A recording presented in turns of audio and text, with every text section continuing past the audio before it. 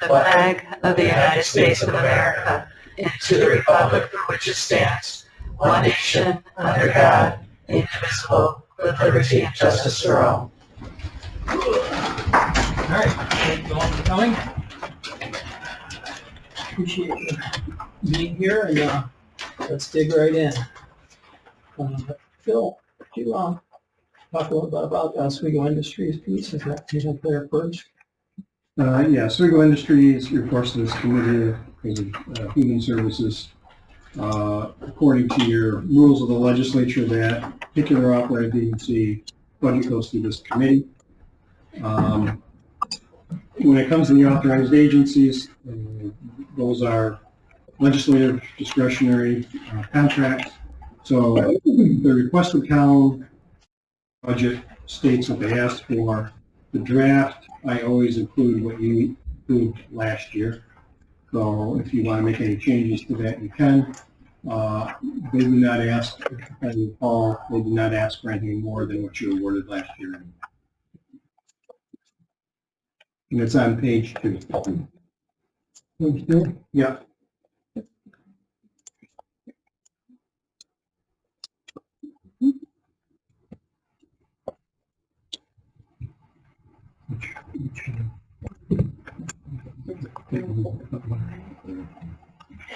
Oh, I know, I'm asking. Oh,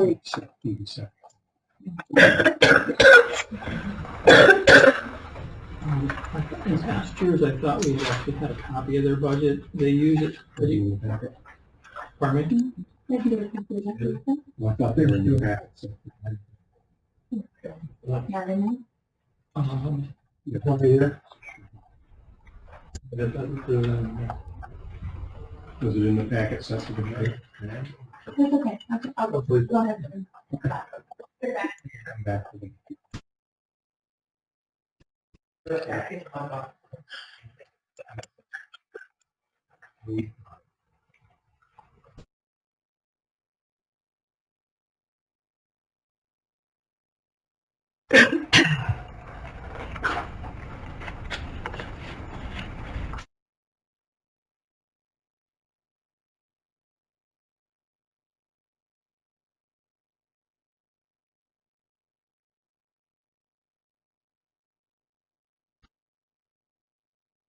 What do you say, Paul?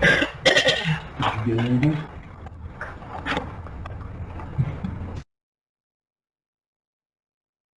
So let's come back to that.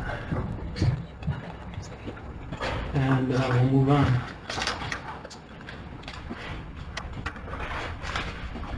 Veterans. Yeah, page 153? Okay.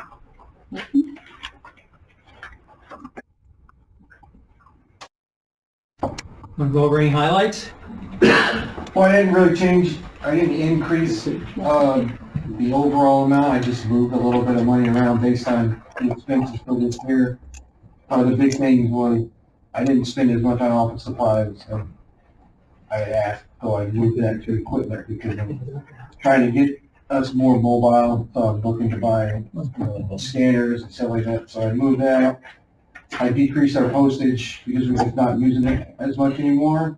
Thank you, technology. And then the rest of it is just printed materials. I moved some money around because we're burning through business cards and stuff like that.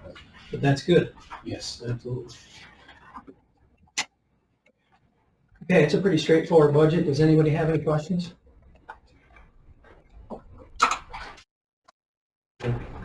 All those in favor? Aye. Any opposed? Budget as presented.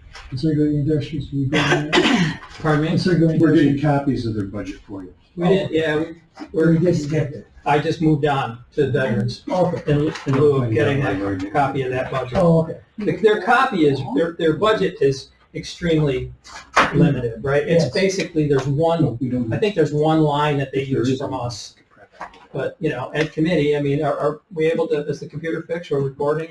Yes, we are recording. Okay, so it's, if people can watch this, the idea is that, you know, Oswego Industries, they're employing, Right. disabled people, and they, in the past, I think they had used some of this for transportation, but now they use it pretty exclusively for administration, if I'm not mistaken.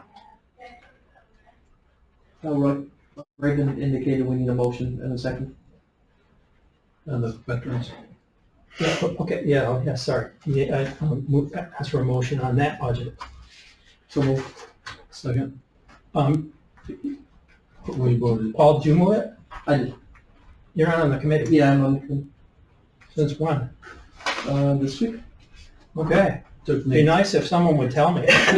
Welcome to the committee. Thank you. I've been taking care of my dad, so I raced in from Oswego, or from Canandaigua today. No one notified me that that had occurred. That's pretty bizarre. Embarrassing for the camera, but that's the way things happen sometimes. Okay, so we have a first and a second then. All those in favor? Aye. Any opposed?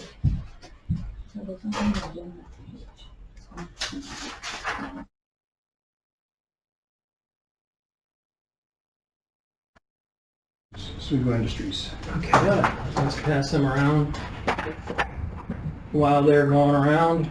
So the only other backup would have been, I think, binder. Okay. Would, I think Jerry's got it. well, yeah, I've got my binder, but I figured we'd be working on this because it's got all the notes. Okay. Late as well. So this way.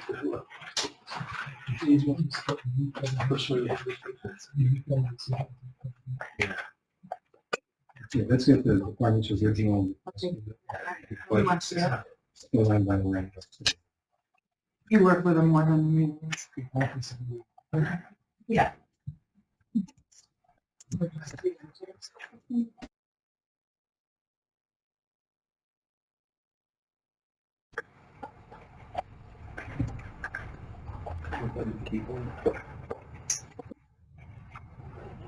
Okay.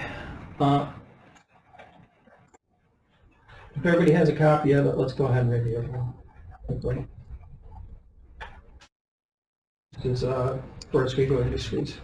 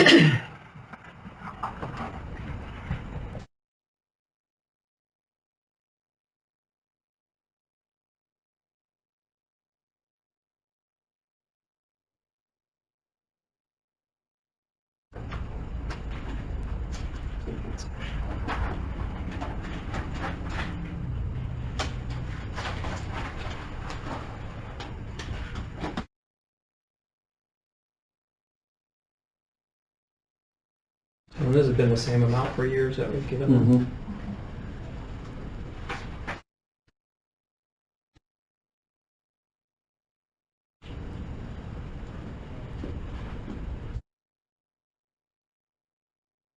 Straightforward. Okay, well, I'll make a motion to accept it. I'll second. Any discussion? All those in favor? Aye. Any opposed? Thank you. Okay, so let's go to Office of the Agent. Page 6. Okay, is page 156.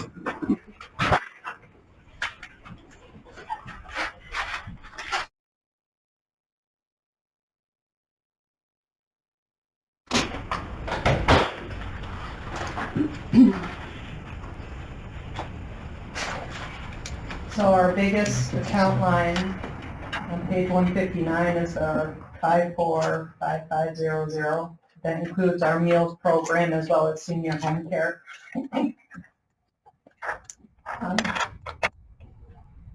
The number actually is down from what it was requested, but it is higher than what was requested in 2023. That is because the cost of aids, for in-home aids as well as consumer-directed aids has really gone up with the increase, the required minimum wage increase for aids. It's on the Medicaid side, but we utilize the same aid agencies, so we have to increase what we pay our aides in order to get them.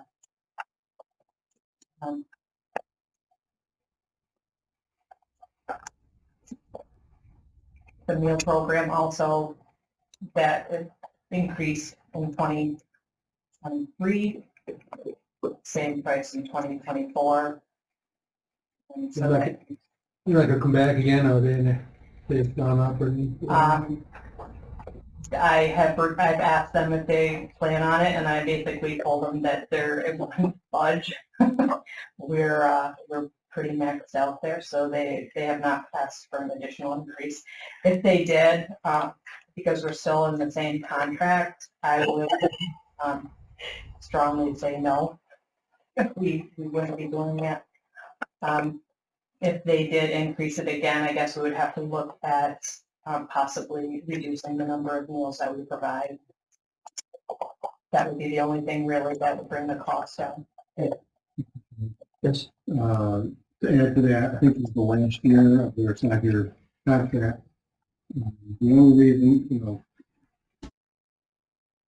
they come back and ask for more is if they're deciding to provide more meals than what this number is based off of. Right. So if you do either reduce them or add to them, which I think we had to do that this year, right? The legislature approved an increase to the number of meals. This is based on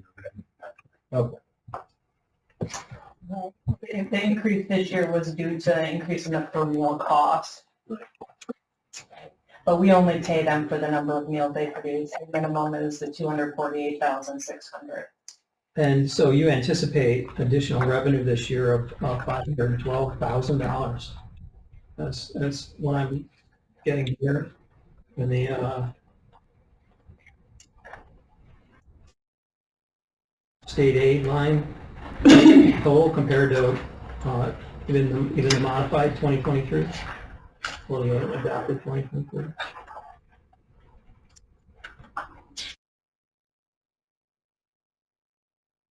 So at the bottom of page 159, the third, where it says 1821813 state aid, as opposed to 13090011. Right. We did get an increase in our ISOP, which is our senior home care. We also got an increase in our CSE, which is community services for the elderly. So those are both increases. WIN, which is wellness and nutrition, also was an increase. So we did have additional funding that we're anticipating for next year. And so our net county is actually a decrease as well.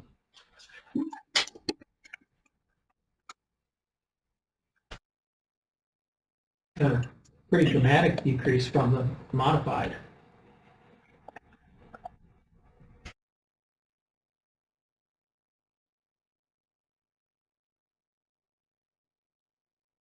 We had some ARPA carryover. Yeah, I see $150,000. Okay, well, so why don't we move it for discussion further, if there is any. I'll make a motion to accept the budget as presented. So, George got a second. Ken? I think it looks good. You did a good job. Thank you. Yeah. All those in favor? Aye. Any opposed? Thank you.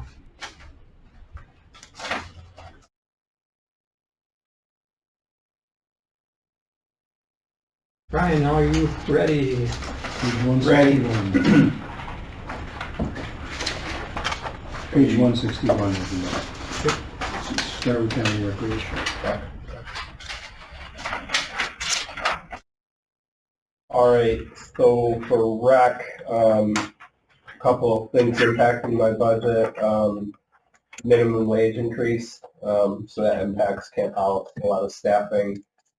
It's going up to $15 an hour, so there's that. The building is about complete out there for year-round use, so that's additional revenue and things that we anticipate happening going forward with that. And then obviously we have projected goals that we were almost sold out this year, so our goal is to sell out for next year. We came within, just a hand count of being sold out for this year. We're increasing yearly. Camp Zerby, the same, that our camp sold out quickly again this past year, so we're projecting to grow upon that. We've increased the rate for camper fees along earlier. You guys did that, so that's additional revenue and to keep up with expenses.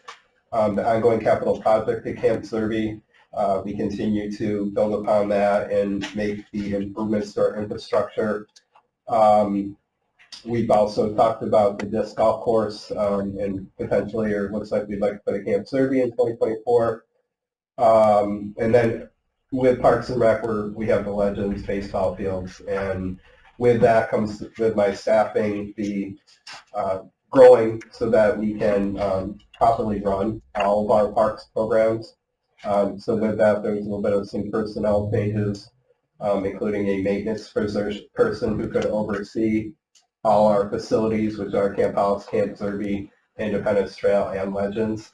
Relying on buildings and grounds, is a challenge because of their busy schedule. So again, to adhere to the demands of what is needed, we have that in there, and as well as a coordinator of Parks and Recreation to assist with all the development and planning that we are doing. In discussion with Zach, who's my park guy, we kind of feel like we're right here, and to take it to the next level, this is the plan that we've created to be able to give us some time to dedicate to all of our facilities. So there was some impact with the addition of the parks, but with that we have some revenue lines, even with recreation, that are new to the youth service through the state.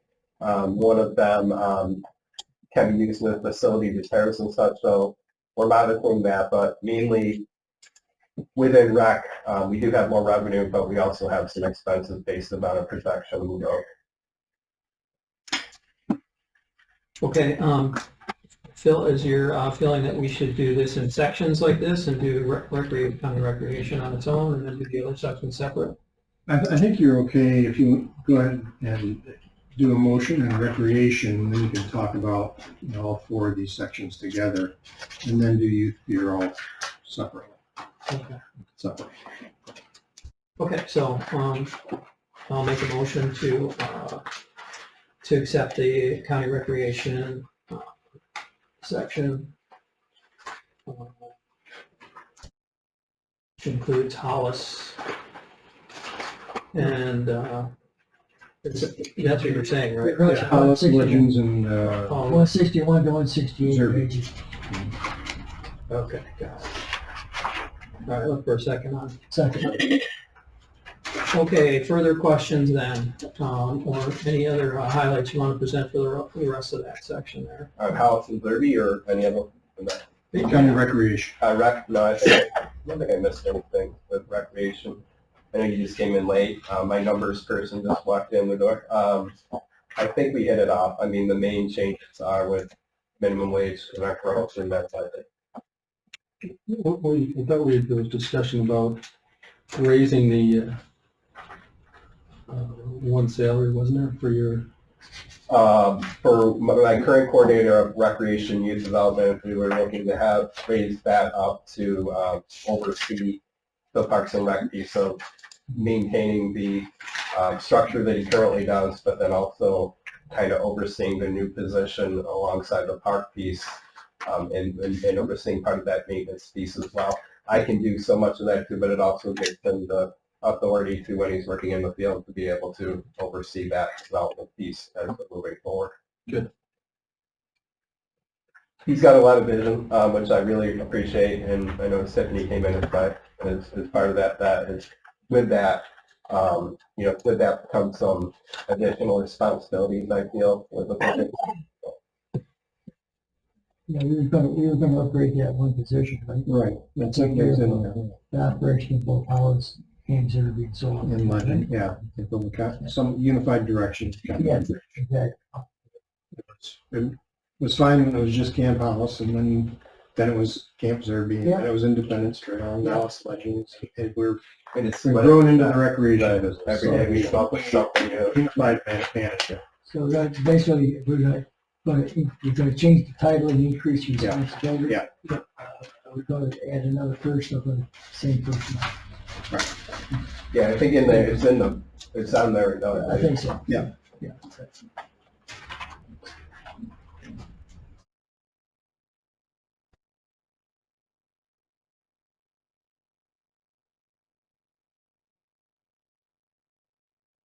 So are we basically looking at passing the whole section all the way through to page 168 then? No, from 161 to 168. Yeah, that's what I just said. No, 164. Okay. Motion for that section of youth, including Legends Field, Camp Hollis. 61 through 164. Any other questions? All those in favor? Aye. Any opposed? Okay, anyone to page 165. All right, so for Youth Bureau, again, with the state this year, a couple of changes that we had. The state has put us on the new federal year, so we just actually started our new year October 1st.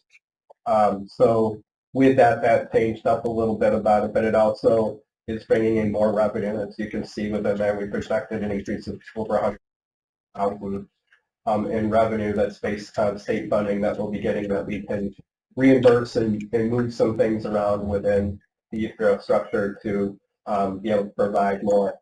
So that's one of the changes that we have in there. We are anticipating the closing up of, right now I think we have about over 2 million in grants, and we're quite closely getting to the end of a few of those, but we're projectly moving right into the next round of what we'd like to do with the stages of where we're at. And then with that, we're in year 2 of our AmeriCorps grant. So with that, we actually have new staffing along the lines, year 27 for us. So we're growing as we go forward with that piece of it. We've already passed our state budget, or city budget, and we've brought in some more revenue with that, the way we're structuring our programming, and we're in discussions for 24 to make some additional developments as we. So Youth Bureau, there wasn't, we had to have a position change too based upon the need of what we have going within the department. Okay, I'll make a motion to accept the budget pages 165 through 168. I'll second. Any other discussion? Questions? All those in favor? Aye. Any opposed? Thank you, Brian. Thank you. Where do you want to start on DSS? Bill, which page? We're going to do mental health first. Sure. That's small ones. That's page 125.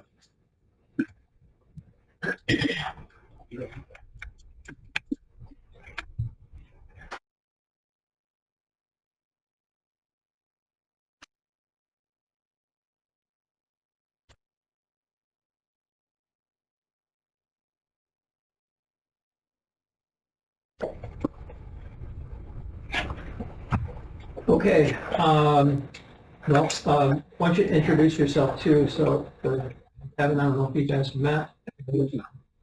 Nicole from the Director of Community Services, Vision Mental Hygiene, which is under the umbrella of Department of Social Services. I'm sorry, I would typically have done that at the beginning of the meeting, had I known you were going to be on the committee today. Oh, that's understandable. It's nice to get reminded when you get new people. So, and have you met Eric and Brian too? I've met Brian, I've met Sarah, I've met Stacy, and that's about it. Okay. I know, you get your budget right here. Great, Nicole. The Director of Veteran Services for the county. And Hi. we'll cross it back to I'm Marty Babcock. I'm the Deputy Marty. Commissioner for Social Services. Kevin Hill. Nice to meet you. I'm Sarah Finley. I'm the Director of Social Services. Hi, Sarah.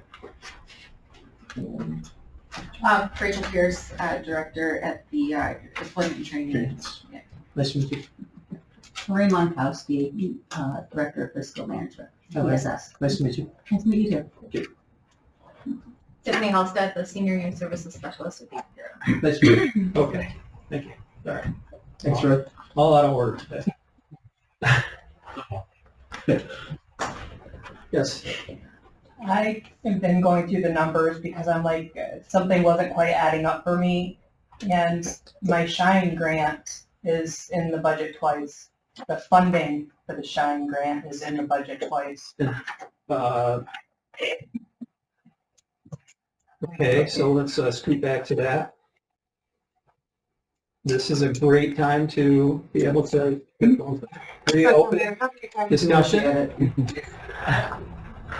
No, I mean, this is what we can do. While we're in the same meeting, we can reopen our discussion and make a correction if we need to. It's what they call the draft. What do you- What page, should there? It's on both the 159 included in the state amount, state aid, as well as on page 160, it has a separate project line in the federal line. I'm not seeing. So what's the Shine? Yeah. Well, it's, on the state line, it's not spelled out as Shine. On the original budget that I did, it was in there in the state revenues as Shine, $108,184. Oh, I see. But then it's on the federal, and the federal revenues with its project line. I see the 108,000 in revenue. I only see it once. I only see it once as well. Right, because it's not spelled out. When you go look at the state aid programs for aging over I in see the it. notes, Yeah, I know, it's not included in there, but it is included in the number. gotcha. So you included it as total in your state? Okay. No, wait. on my original one, it was in the separate line. It wasn't in there. It was not in there? Well, do you have a sheet? Yeah. Yeah, ours looks different than yours. I think the revenue. Okay. I don't see it. But she got it, Yeah, no, I think, because I don't see it. I don't see Here's here. the Shine. Right. What it is this is at the bottom of the same cell as the missiles at the top, so that should get better. There's your 108. right. But then it's also included in the overall. Yeah, out of all these numbers, as of 1,745,900. it's this with a block. Not Right above. 1,507,700. It says Shine. Right? Yeah. Oh, I see. It's not in there, I just know that it's Here. This whole page is shiny. right here, 1,567,705. Right, that's what it is. Right, when Shine is in there.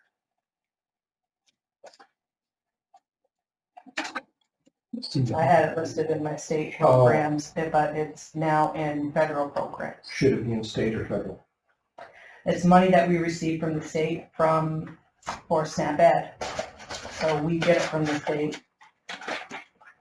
But it's SNAP Ed dollars, so, So you're saying 1.5 million should be taken down, 108,000? Yeah. Okay. yeah.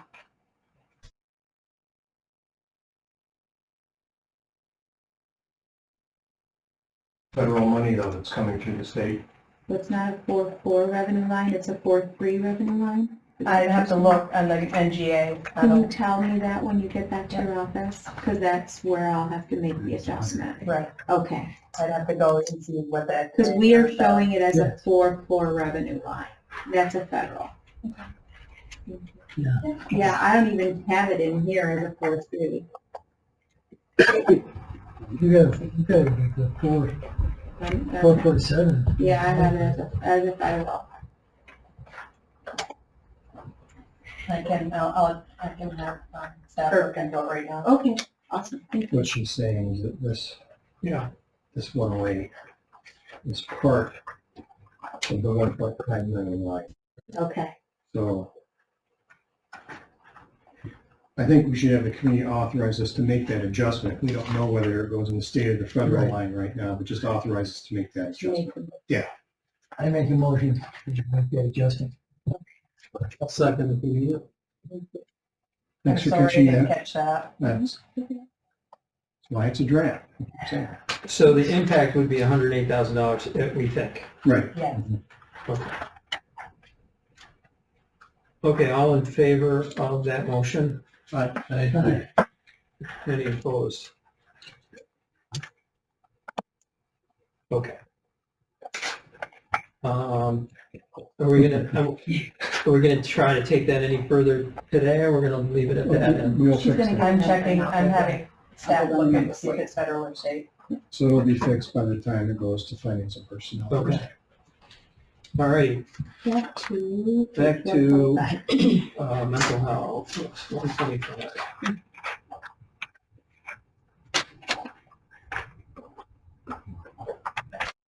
Okay, so the bulk of your budget is really contractual stuff, and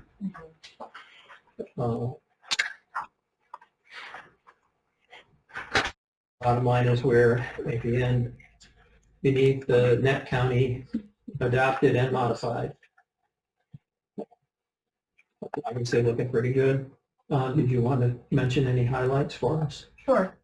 There's a couple of personnel changes, which is new for us. One reclassification of a senior typist to an admin secretary to support some of the additional responsibilities in the division. And the addition of another coordinator position to focus on crisis services coordination in the community.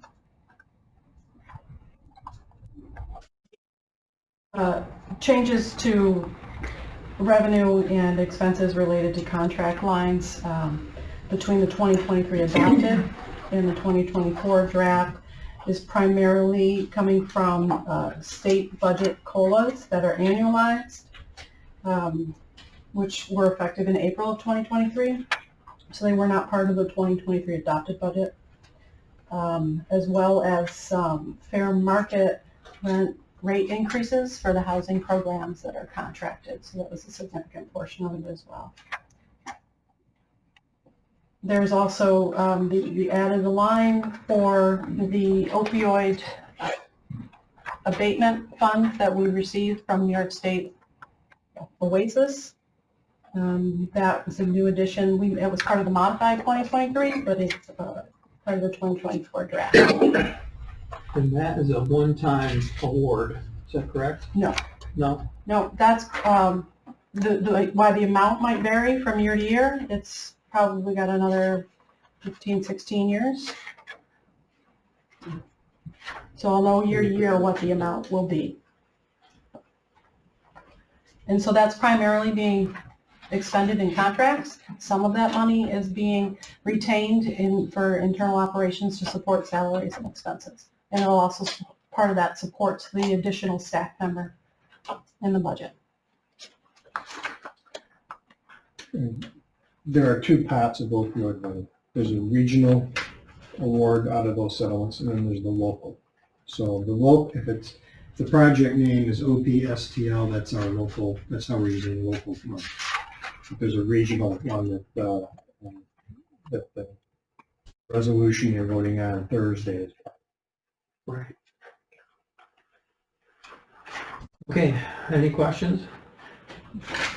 Let's say I need a motion. I'll make the motion. Motion to accept as presented. So we got Jay and then Herb. Yep. Okay. Any other discussion? All those in favor? Aye. Any opposed? Thank you. Okay. Thanks. Let's see, so, what are the student fee paid 8?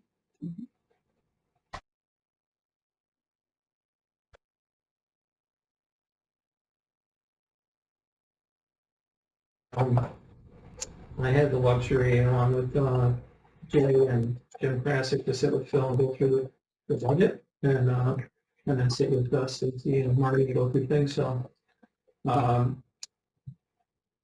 we are talking about approving here what pages together. We're going to go all through. Well, for Medicaid included, it's 149. 128, Okay. So, well, I want to make a motion to move it and have a second, we'll discuss. Make the motion. We move it. Okay. Yes. Mr. Chairman, I have a correction to make for a motion, to get it up and done. Let's do that first. Then. Okay. This involves, I gotta correct the salary and some associated revenue. Salary is Director of Assistant Programs on page 128. Position number 601-002-608. That salary should be $89,552, the associated fringe. And the ARPA allocation on page 136 should be 104,152. Okay, I'll make a motion to amend the budget.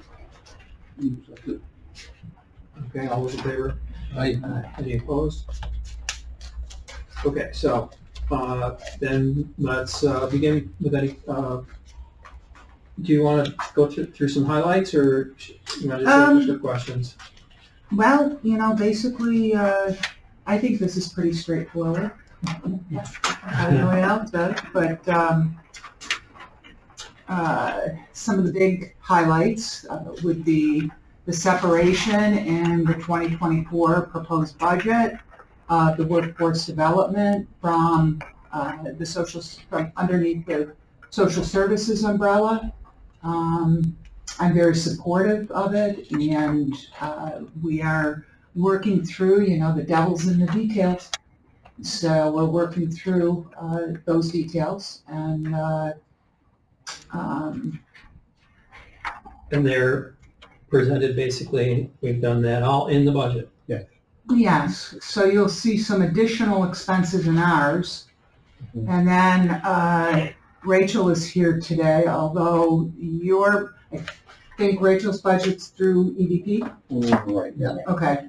Yeah, and I think we're going to make a motion in support of that to present that, to move that over to EDP. Good. Since it had been here before. But we're not going to do that yet, right? Okay, We'll do that right after we finish this one. okay. Herb, do you have a question? No. Not about your raising your hand. Some of the others you've heard about all along. Bill has done a great job keeping you informed of Medicaid, and we increased costs there to fix in how the state is taking the federal money away from local districts. Yeah, well, that's all on page 149 with the note. Yeah. And the other pressure point we had this year was our foster care and adoption subsidy. And although we are, I put in the narrative some charts so that you could see the trend with foster care, we're doing a really good job bringing those numbers down. Just a few years ago, we were at almost 200 kids. And now, we look at 169, I think, at this point in time. We average over the past 5 years about 175 kids in foster care at any given time. So, of course, kids are moving in, kids are moving out of our system, but overall. The adoption subsidy was tough because typically those are very long-term versus the foster care, which is short-term. And the state has raised this up to the maximum allocation for all of those. That's correct. Foster parents and adoptive parents. That's correct. So those are some of the highlights. We thank you, Phil, It looked, it didn't look as good for us until Phil was able to plug in some opioid settlement funds and ARPA funds. And so our total appropriations, keep in mind that once you approve this budget, there will be a modification because there's a lot of different accounts in the social services budget that roll over into the following year. So if you have any questions about that, Lori and Veronica can answer them better than me. But there are quite a few accounts that need to be rolled into the DSS budget once we close out this year. When do we know that by? What do those figures are? What? When do the treasurers do that? After we've paid everything out that we owe for this year, it could be the last week of January before we would really know for sure. You want to give an example of like our state school? Speak to that? Sure. State school is behind on their billing. These are kids that are in state care. And sometimes they're behind on their billing as much as 2 or 3 years. And so we are oftentimes budgeting for that each year, but sometimes we'll get no billings in a year, and we have to roll those dollars forward at the end of that year because we got no billings. We could roll those dollars forward 2 or 3 years and get no billings, and then suddenly we'll get 3 years worth of billings. Who's that come from? They come from the state. The Office of Children and Family Services. And in fact, Lori, didn't they? They did. They did in fact this year decide they wanted to catch up a few years. 3 weeks, they billed us for 1/4 of a year. So It was a nasty year. they're still doing that. But we've now gotten up into like 2019 when RTA can fit for our county. But that tells you how far behind they were. Was this a state training school? Well, it's, our residential treatment centers, yes. Is there any, are we under contract with that, or is it straightforward mandate? I'm just wondering if it's. Straightforward mandate, there's no There's contract. nothing in In fact, state law that requires billing by a certain amount of time? No. We No. confuse it. I'll tell you what causes the delay is that right now, under the state's rules, is that the entire counties of New York will only pay $55 million as a whole for all the children in care. So then they have to take all the children in care and divide it out by the number of counties and how many children in each county, and then figure out how much each county owes and divide it by the $55 million. That's why it takes them so long to bill us. So in some sense, we're all kind of breathing a sigh of relief that they have to raise that $55 million.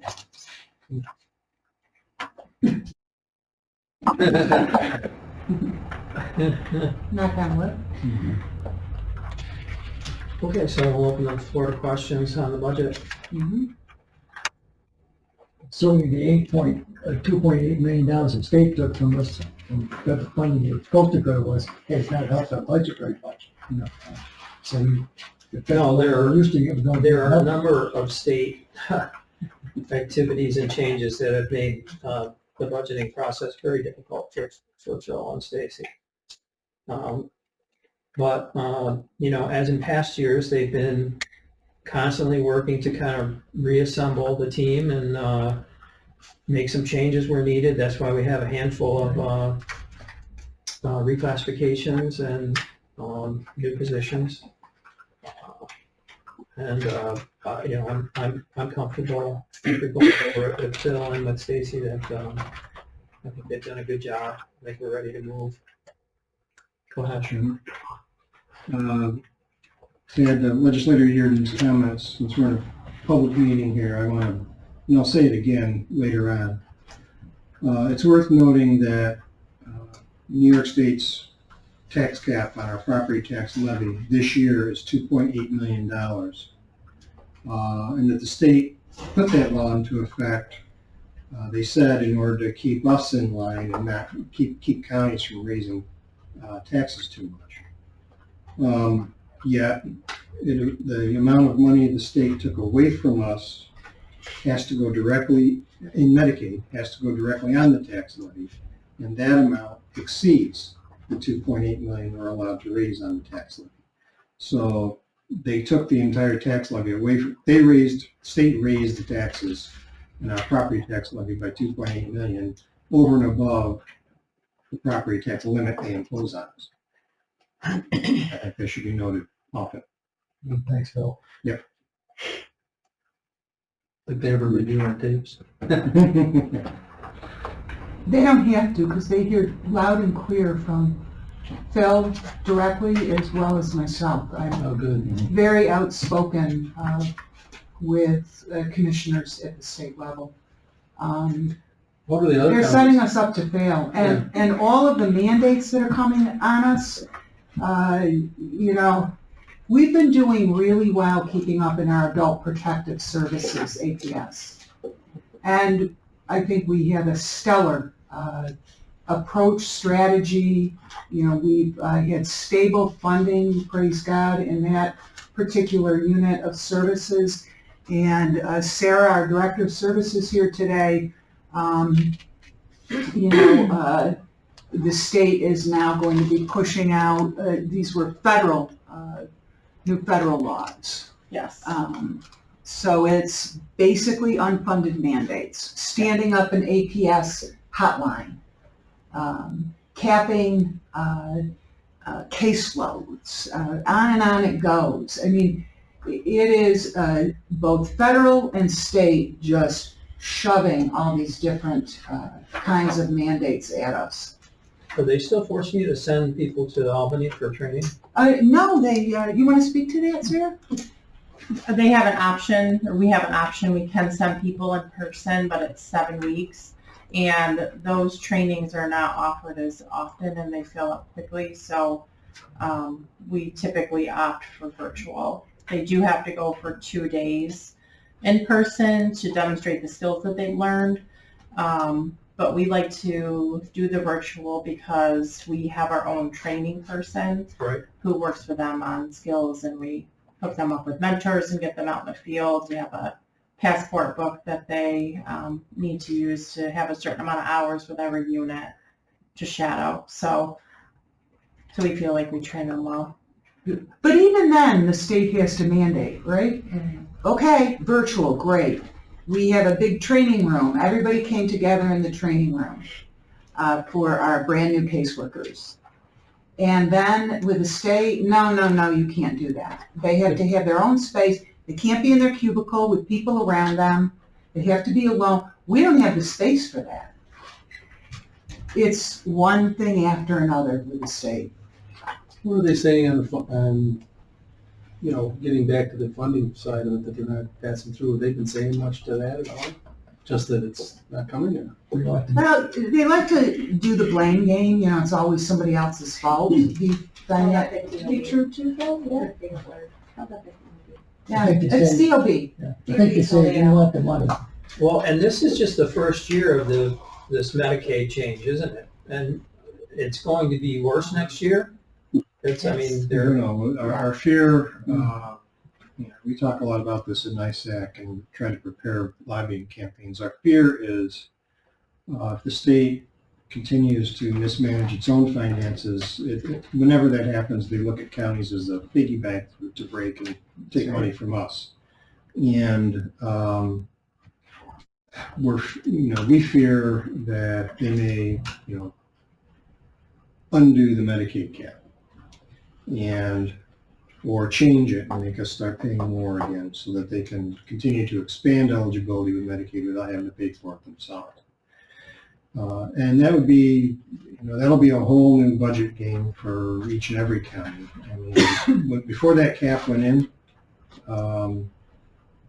causes of the budget crisis in this county in 2003 that you heard me talk about was increases to the Medicaid by as much as 11% a year.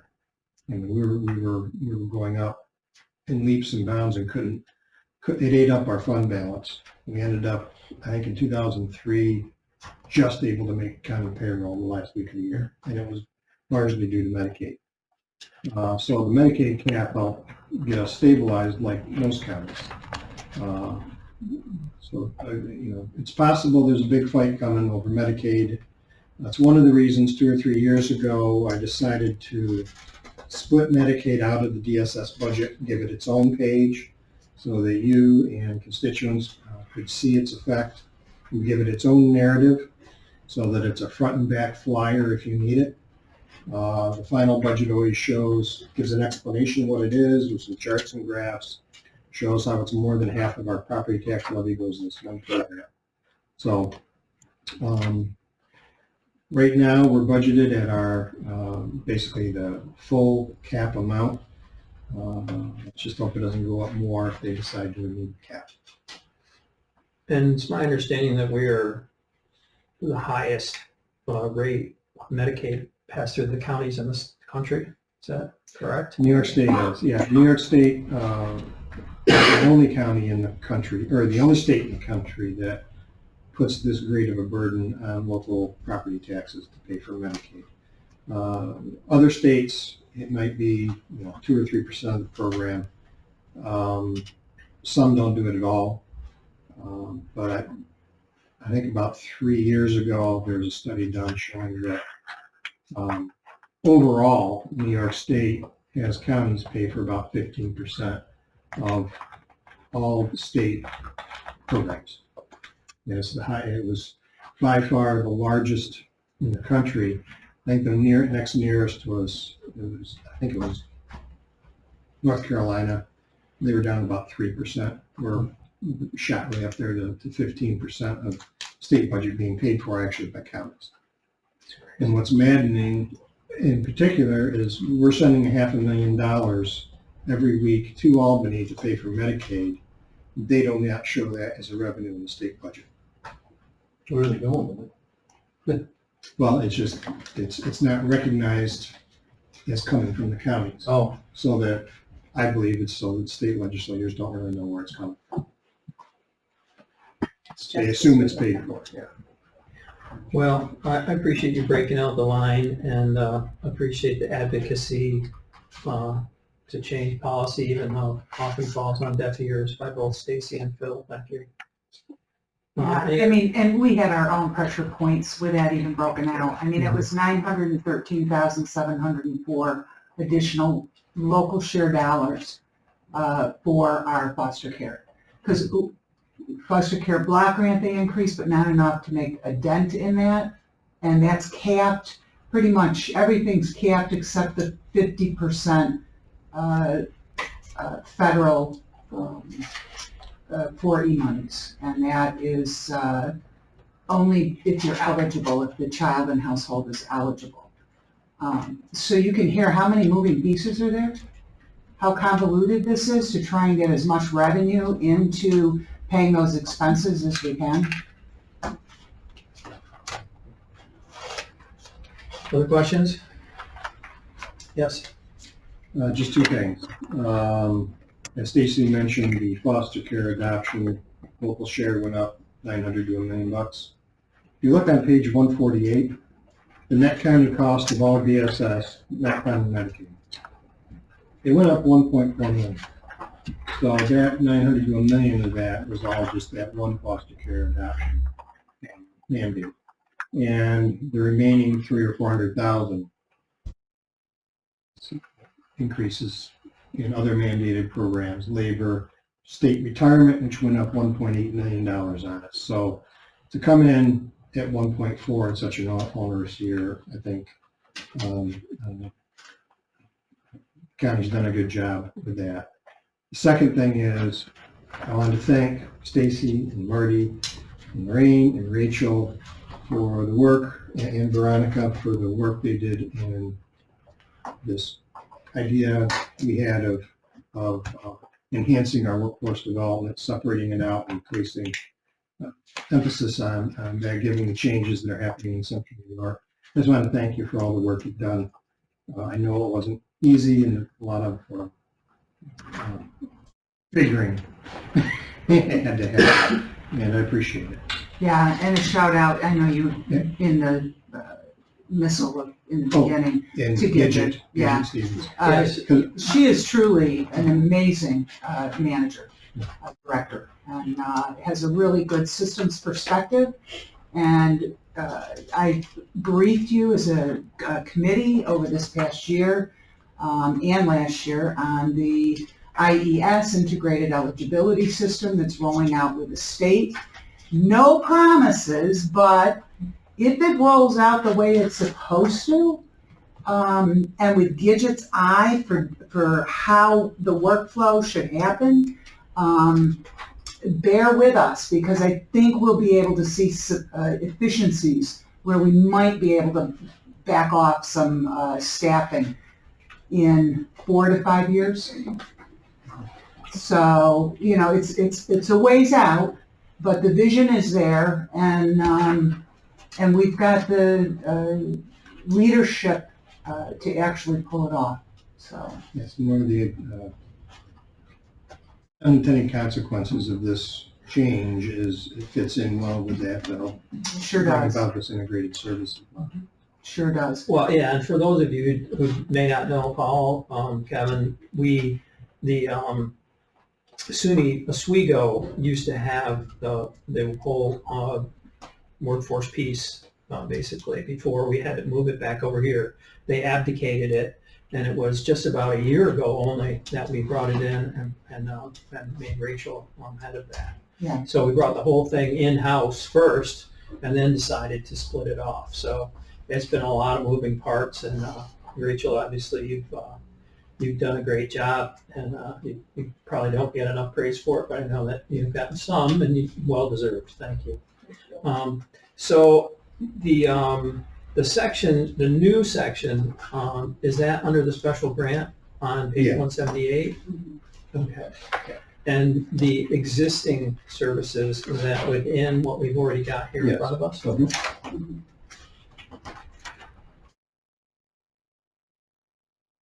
All right, any other thoughts or questions on basically what we're looking at are pages 128 through 149. We have a motion to accept it with the amended change. Make that motion. Well, actually, I think we already have it, right? We already did, I did it at the beginning, so. But I appreciate you wanting to do it again. So, are there any other questions for Stacy or anybody on the team? All those in favor? Aye. Any opposed? All right, thank you. So now we'll make the motion to approve of the splitting off of the workforce development section over to the Economic Development Committee. Under their jurisdiction, move the jurisdiction. Make that motion. Yeah, I don't even know that we really need to look at it, because we'll be doing it in economic development planning, but, so, right, got a first and a second, that motion, any discussion? Okay, all those in favor? Aye. Okay. A historic moment. And of course, you know, the reason we're doing, a lot of the reason we're doing that is having to do with what looks like is happening with, Micron, and when I heard they were actually tearing down buildings to make space over there, I thought, wow, maybe this really is going to happen. So, does anybody have any other questions for anybody? And do we have any other business we have to take care of? It is federal. It is within the right spot. Do we want to go back and amend anything on that, or are we good? I'm gonna have to take it out of her state side. Yep. But that's it. But yes, you are gonna have to, how much, is there 108 on the state side then? Yes, so the 108, But we can finish that off through. 184. Yeah, you've already Yeah. authorized us to do that. So in the list we provide the options, we will use. All right. So that's 178 to, ending June. Yeah, that's what we read. Yes. We'll be back on. All right, well, good luck with that. Rachel, I think you're going to do a great job. We're looking forward to that moving forward. And I'll look for the appropriate motion. Got heard? Got a second? All those in favor of ending the meeting. All right. Thank you.